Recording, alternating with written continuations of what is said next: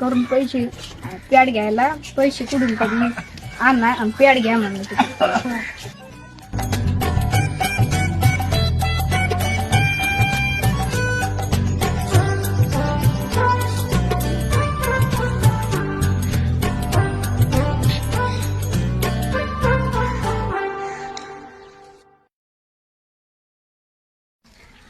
काय रे ओंकार?